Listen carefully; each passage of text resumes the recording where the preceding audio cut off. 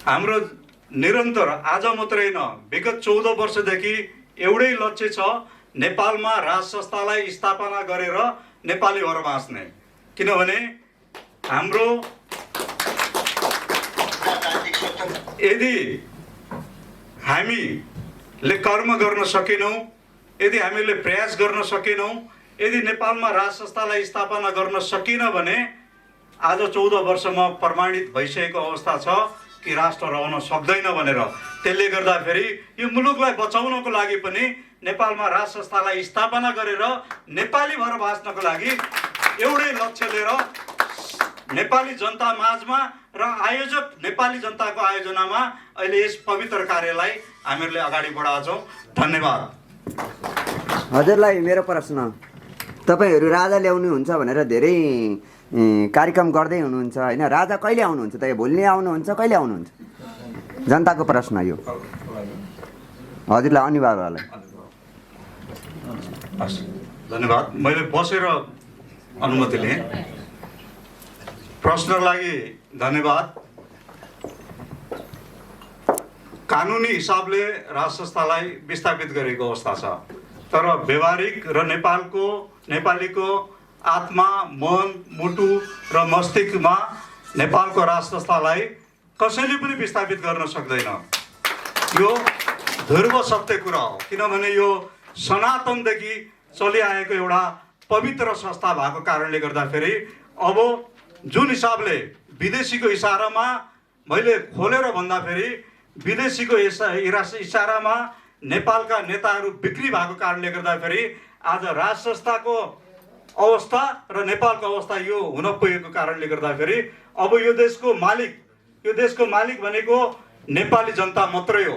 त्यसले गर्दाखेरि नेपाली जनता जागौँ, राजा ल्याउँ, देश र धर्मको रक्षा गरौँ भन्ने हाम्रो जुन मूलभूत अभियान छ, त्यसको लागि तपाईहरूको पनि उत्तिकै दायित्व हुन्छ। किनभने आज तपाईँलाई पत्रकार भनेर भन्दा अगाडि यदि विश्वमा जानुभयो भने तपाईँलाई नेपाली पत्रकार भनेर चिनिन्छ। त्यसले गर्दाखेरि यो राष्ट्रको पहिचान बचाउनको लागि, यो राष्ट्रलाई बचाउनको लागि र विश्वमा पवित्र र सामान्य नेपाली पत्रकार भएर बाँच्नको लागि पनि अब हामीहरूलाई राज संस्थाको जरुरी छ। र राज संस्था त्यतिखेर स्थापना हुन्छ जुन दिन हामीहरू सबैजना सडकमा निस्किन्छौँ, जुन दिन हामीहरूले आफ्ना स्वार्थहरूलाई छेउमा छोडिदिएर निस्वार्थ भावनाले राष्ट्रप्रति समर्पित भएर जब हामीहरू अगाडि बढ्छौँ, त्यो दिन राज संस्था चाँडै नै स्थापना हुन्छ भन्ने हामीहरूले त्यो विश्वास राख्छौँ। धन्यवाद। खारिज गरौँ अनि राज संस्था पुनर्बहाली गरौँ भनेर नाराहरू धेरै उठ्छ होइन। अनि यो खालि काठमाडौँमा मात्रै उठेको देखिन्छ, अनि देशव्यापी रूपमा किन उठ्दैन? देशव्यापी रूपमा उठेपछि राम्रो हुन्थ्यो कि भन्ने मेरो यो किन उठ्दैन? देशभरि पूर्व मेचीदेखि पश्चिम महाकालीसम्म राजा त देशभरिका हुन् नि, हाम्रो खालि यो काठमाडौँ मात्रै होइन। हजुर, एकदम धन्यवाद छ। सुदूरपश्चिमको आवाज यहाँले बोल्नुभयो। खासमा हामीले पत्रकारहरूको सम्मेलन भएकोले पत्रकार साथीहरूको जवाब दिन खोजेको। बस्नुहोस्, म यहाँको जवाब दिन्छु। खास गरी कसो भनेदेखि हामीले चाहिँ यो गर्न खोजेको कुरा के हो भने यहाँले भने जस्तै देशव्यापी रूपमा हामी अगाडि बढ्नुपर्छ र यो 3 गते चाहिँ हाम्रो सुरुवात हो। 3 गतेको सुरुवातको लागि हाम्रो यो तयारी हो र योभन्दा अगाडि पनि देशव्यापी रूपमा हाम्रा कार्यक्रमहरू नभएका होइनन्। तर यो अहिलेको जुन वर्तमान चाहिँ सरकार र यो व्यवस्थाले हाम्रो आवाजलाई झारो टार्ने, हाम्रो आवाजलाई सुन्दै नसुन्ने र एउटा चाहिँ 240 वर्षको इतिहास बोकेको हाम्रो संवैधानिक राज संस्था, शाहवंशीय राज संस्थालाई कुठाराघात गरेर पाखा लगाइसकेपछि, त्यसै गरी 84% भन्दा पनि धेरै, 94% भन्दा माथि रहेका 84% हिन्दूहरू, 94% भन्दा धेरै ओमकार परिवारको हाम्रो यो संसारभरिको आस्थाको देशलाई झुक्क्याएर नेपाली जनताको जनमत बिना, भावना बिना मध्यरातमा जसरी यो देशलाई धर्मनिरपेक्ष गरियो, त्यसको परिणाम स्वरूप हामीलाई हाम्रो आवाजलाई झिनो पार्ने, झारो टार्ने, नसुने चाहिँ गर्ने गरेको कारणले हामीले गरेका कार्यक्रमहरू ओझेलमा परेका हुन्। तर अब हामीले सम्पूर्ण तमाम देशभक्त सबै नेपाली जनताहरू एकजुट भएर अहिले यो जुन मूल आयोजक समिति निर्माण भएको छ, अब यो आयोजक समितिले नै, यही मूल समितिले नै देशव्यापी रूपमा आन्दोलन गर्नेछ र हामी अगाडि बढ्नेछौँ। र यो जुन व्यवस्था जसले हामीलाई धर्मनिरपेक्षता, सङ्घीयता, गणतन्त्र जस्तो यो भूमिलाई सुहाउँदै नसुहाउने र नेपाली जनतालाई नचाहिएको कुरा ल्याएर देशको व्यतिथि बनाइराखेको छ, यो कुराको खबरदारीका निम्ति र यो व्यवस्था परिवर्तनको निम्ति हामी एकजुट भएका हौँ। त्यसको निम्ति हामी यहाँहरू सबैको साथ सहयोग चाहन्छौँ र अब हामी अगाडि बढ्यौँ र यो सरकारलाई, यो व्यवस्थालाई यो चुनौती पनि हो। अब नेपाली जनता पछाडि हट्दैन, अब हामी अगाडि बढेर सफलतातर्फ हामी उन्मुख हुन्छौँ र हामी सफलता चाहिँ प्राप्त गरेर चाहिँ नै छोड्नेछौँ। भगवान् आराध्यदेव भगवान् पशुपतिनाथको हामीलाई आशीर्वाद छ। त्यस कारणले म यहाँलाई यहाँको प्रश्नको जवाब दिँदै मलाई लाग्छ पत्रकार साथीहरूले पनि पाउनुभयो होला सम्पूर्ण जवाबहरू, किनभने हामीले धेरै कुराहरू बोलिसक्यौँ। एउटा क्वेसन छ, तपाईँहरू जुन प्रकारको एमसिसी लागू गर्न खोज्दाखेरि तपाईँ हिन्दू धर्मका केही पदाधिकारीहरू आँखामा पट्टी बाँधेर बस्नुभयो भन्ने कुरा आएको छ जनताले, के भन्नुहुन्छ? म यो प्रश्नको जवाब यहाँले मलाई सोध्नुभयो, म के भन्छु, पहिला नेपाली हामी रहौँला कहाँ, नेपालै नरहे। पहिला नेपाल जोगाउन लागौँ, त्यसपछि तपाईँको प्रश्नको जवाब पाउनुहुनेछ। धन्यवाद।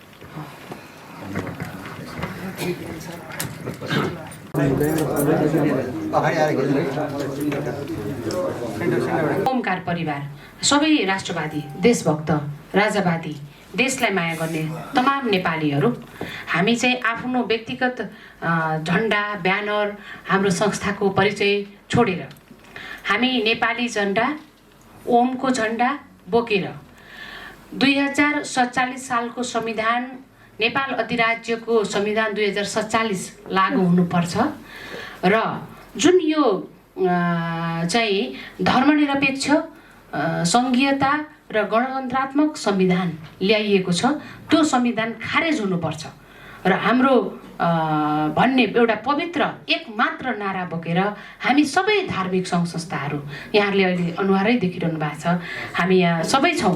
अब कसको नाम लिने, कसको नाम नलिने होइन, यहाँले भन्नुभयो जस्तो अब सबै हामी विश्व हिन्दू महासङ्घ, राष्ट्रिय हाम्रो शिवसेना, त्यसै गरिकन सबै देशभक्त नेपाली नागरिकहरू, म कसैको नाम छुट्छ होला त्यस कारणले मैले अन्याय गर्छु होला।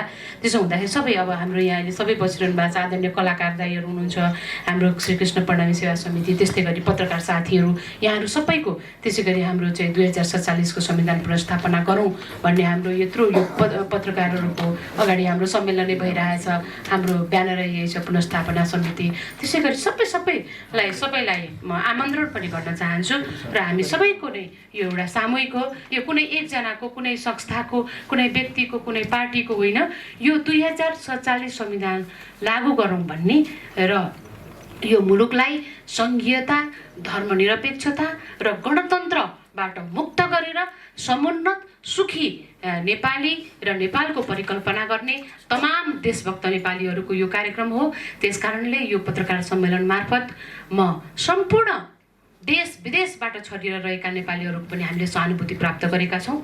उहाँहरू लगायत उहाँहरूको सहानुभूति लिँदै सबै नेपाली दाजुभाइ दिदीबहिनीहरू, सबै आमा बुवाहरू, सबै पेसाकर्मीहरू, सबै कलाकारहरू, सबै पत्रकारहरू, सम्पूर्ण तमाम देशभक्त नेपालीहरू एकजुट भएर भोलिको यो चाहिँ माइतीघर मण्डलामा 1 बजे उपस्थित भएर यो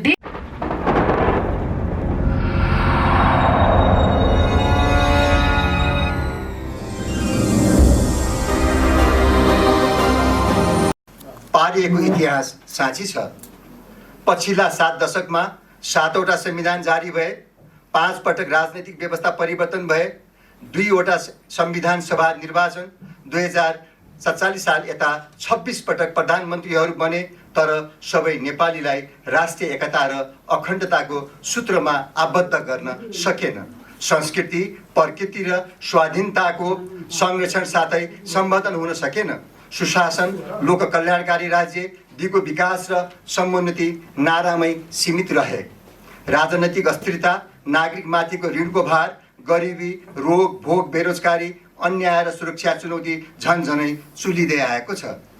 देशमा पटक पटक भएका राजनैतिक आन्दोलन, कथित माओवादी जनयुद्ध, मधेस आन्दोलन, विदेशी भूमिमा भएको 12 बुँदे सम्झौताले भित्र्याएको धर्मनिरपेक्षता, सङ्घीयता, गणतन्त्रले राजालाई धोका दिएर राजसत्ताको बहिर्गमन गरियो। नेपाली जनताको अभिमत समेत लिइएन, तर निदेशको राजनीतिक प्रभाव र दबावमा यी सबै कार्यहरू भए गरे। अधुरो, अपुरो र असफल आयातित संविधान 2072 जारी भएको 6 वर्ष पुरा हुँदैछ। यसले मुलुकभित्रका सम्पूर्ण प्रजातान्त्रिक प्रणालीलाई ध्वंसात्मक मार्गमा अग्रसर गराउने वैदेशिक मार्ग चित्र बोकेको छ।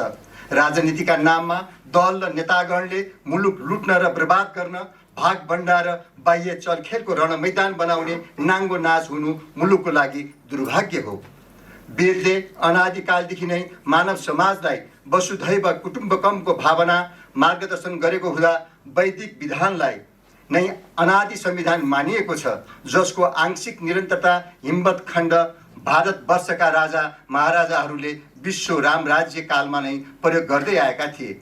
वेद वा विधान विपरीत धर्मजाल, पूर्ण दानवी, मायावी वा राक्षसी तन्त्र हावी हुँदै देवभूमि नेपालमा विक्रम सम्वत 2063 पछि 240 वर्षको हाम्रो गौरवशाली शाहवंशीय राज संस्था, सनातन वैदिक संस्कार र संस्कृति समेत तहस नहस पारिएको जग जाहेर छ। कमजोर अर्थतन्त्र, मूल्यहीन राजनीति, खलबलेको सामाजिक व्यवस्था, धुलमूल्यको अन्तर्राष्ट्रिय कूटनैतिक तथा छिमेकीहरूसँगको अवस्थाले समेत स्पष्ट पारेका छन्। कथित संसदीय अभ्यासको विकृति र संवैधानिक त्रुटिपूर्ण व्यतिथिका कारण असफल भइसकेको आयातित संविधान 2072ले जनताका भावनालाई समेट्न नसक्ने तथा मुलुकको भविष्य कार्यदिशा तय गर्न नसक्ने प्रमाणित भइसकेको छ। अब निषेधको राजनीतिलाई विश्राम दिने बेला आएको छ। आदरणीय नेपाली दाजुभाइ दिदीबहिनीहरू, साधारणतया राजनैतिक परिवर्तन सुधारका लागि जनमत र जनआन्दोलन नै प्रजातान्त्रिक अभ्यास हुन्। हामी विद्रोह र युद्ध चाहदैनौँ। विगतले पाठ सिकाएको छ। पटक पटक भएका संसदीय निर्वाचनमा प्रदर्शित धन बलले जनबललाई कुठाराघात गर्दै उनै पात्र र प्रवृत्ति सत्ता र सदनमा पुग्ने प्रवृत्तिले सिङ्गो देशलाई असफल बनाएकोले व्यवस्था नै परिवर्तन गर्नु औचित्यपूर्ण देखिएको छ। नेपालमा समस्याहरू मात्र होइनन्, इतिहास र सम्भावनाहरू पनि छन्। पूर्वजहरूको विरासत कायम राख्दै नेपाल बचाउन र बनाउन गौरवी इतिहास वीर गोर्खाली इमान्दार नेपालीको गाथा पुनः एकपटक नेपाली सडक र नेपाली सदनमा अपरिहार्य महसुस भएको छ। सबै राष्ट्रवादी, राज संस्थावादी, सनातन हिन्दूवादी, देशभक्त नेपालीहरू नेपालको झन्डा मुनि एकाकार भई गोलबद्ध हुँदै अपरिहार्य नतिजा उन्मुख भइरहेका छौँ।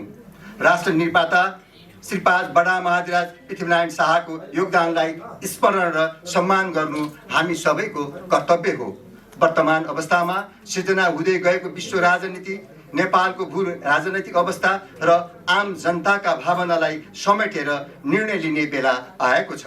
राजा र जनताको सहमतिको नेपाल अधिराज्यको संविधान 2047 को पुनस्थापना गर्नु राष्ट्रको प्रमुख आवश्यकता हो, जुन हरेक दृष्टिले साझा, व्यवहारिक, प्रभावकारी तथा मितव्ययी हुने देखिएको छ। अतः तुलनात्मक रूपले राजा र प्रजाबाट सर्वस्वीकार्य र सन्तुलित नेपाल अधिराज्यको संविधान 2047 को पुनस्थापना हुनु वाञ्छनीय हुने हाम्रो साझा ठहर रहेको छ। यसका लागि नेपाली बलबुताको सामूहिक प्रयास जरुरी छ। तसर्थ विभिन्न देशभक्त राष्ट्रवादी सङ्घ संस्था र अभियन्ताहरूको पहलमा आम जनतालाई यही 2078 साल असोज 3 गते म पुनः पढ्छु। आदरणीय आम जनतालाई यही 2078 साल असोज 3 गते भोलि दिउँसो 1 बजे सङ्घीयता धर्मनिरपेक्ष गणतन्त्रात्मक संविधानको खारेजीका लागि माइती घर मण्डलामा जम्मा भई संवैधानिक राजतन्त्र र प्रजातान्त्रिक सनातन हिन्दू अधिराज्य कायम गर्न शान्तिपूर्ण विरोध र्यालीमा सहभागी हुनुभई ऐक्यबद्धता र सहमति जनाइदिनु हुन सबै राजनैतिक दल, सङ्घ संस्था, व्यावसायिक गुठी मजदुरहरू तथा किसान र सकल नेपाली दाजुभाइ दिदीबहिनीहरू तथा प्रबुद्ध वर्गसँग यो प्रेस विज्ञप्ति मार्फत सादर अपिल गरेका छौँ। साथै उक्त दिन आवश्यक सुरक्षा व्यवस्थाका लागि गृह प्रशासन तथा सुरक्षा निकायहरूलाई यसै अपिलबाट हार्दिक अनुरोध गर्दछौँ। जय हिन्दू अधिराज्य नेपाल, जय देश, जय नरेश।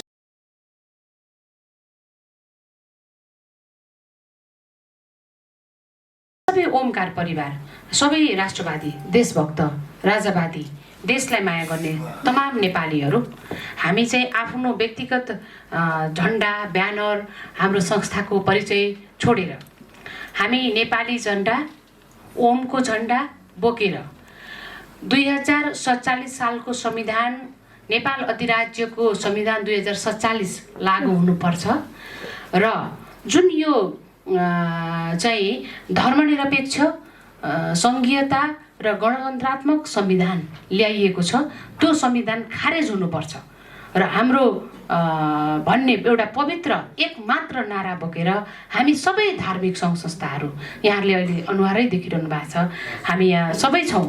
अब कसको नाम लिने, कसको नाम नलिने होइन, यहाँले भन्नुभयो जस्तो अब सबै हामी विश्व हिन्दू महासङ्घ, राष्ट्रिय हाम्रो शिवसेना, त्यसै गरिकन सबै देशभक्त नेपाली नागरिकहरू, म कसैको नाम छुट्छ होला त्यस कारणले मैले अन्याय गर्छु होला, त्यसो हुँदाखेरि सबै अब हाम्रो यहाँ अहिले सबै बसिरहनु भएको छ, आदरणीय कलाकार दाइहरू हुनुहुन्छ, हाम्रो श्रीकृष्ण प्रणामी सेवा समिति, त्यस्तै गरी पत्रकार साथीहरू, यहाँहरू सबैको, त्यसै गरी हाम्रो चाहिँ 2047 को संविधान पुनर्स्थापना गरौँ भन्ने हाम्रो यत्रो यो पत्रकारहरूको अगाडि हाम्रो सम्मेलनै भइरहेछ, हाम्रो ब्यानरै यही छ पुनर्स्थापना समिति, त्यसै गरी सबैलाई म आमन्त्रण पनि गर्न चाहन्छु र हामी सबैको नै यो एउटा सामूहिक हो, यो कुनै एकजनाको, कुनै संस्थाको, कुनै व्यक्तिको, कुनै पार्टीको होइन, यो 2047 संविधान लागू गरौँ भन्ने र यो मुलुकलाई सङ्घीयता, धर्मनिरपेक्षता र गणतन्त्रबाट मुक्त गरेर समुन्नत, सुखी नेपाली र नेपालको परिकल्पना गर्ने तमाम देशभक्त नेपालीहरूको यो कार्यक्रम हो।